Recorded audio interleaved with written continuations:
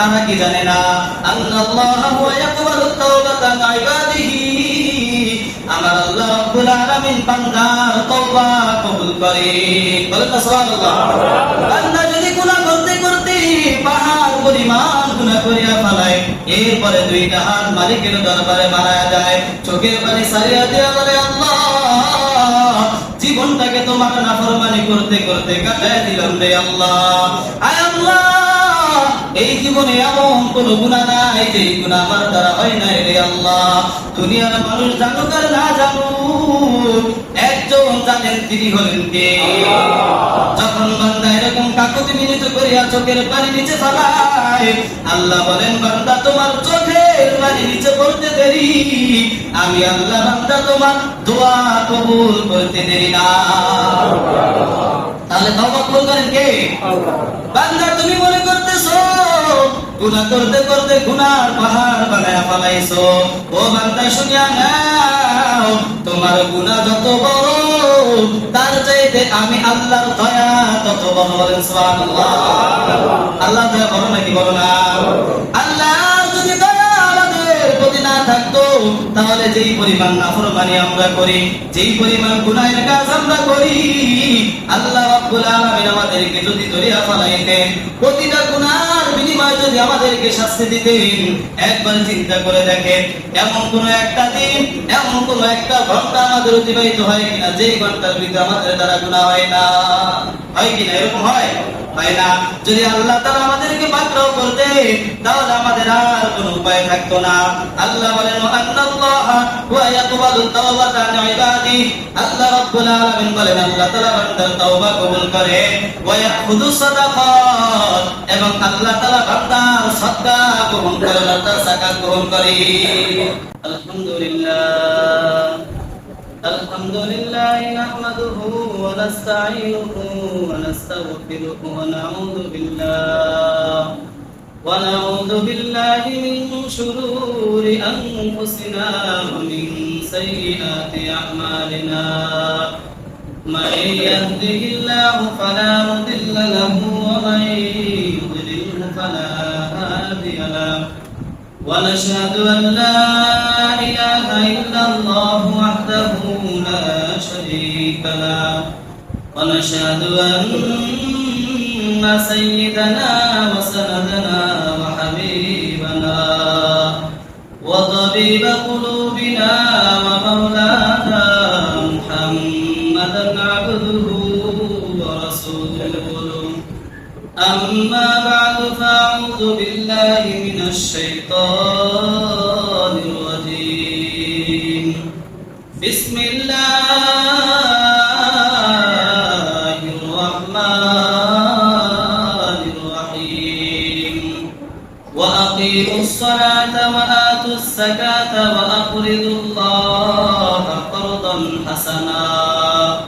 وقال الله تعالى والذين يكنزون الذهب والفضة ولا ينفقونها في سبيل الله فبشرهم بعذاب أليم يوم يحمى عليها في نار جهنم فتكوى بها جباههم وجنوبهم وظهورهم هذا ما كنزتم لأنفسكم فذوقوا ما كنتم تكنزون.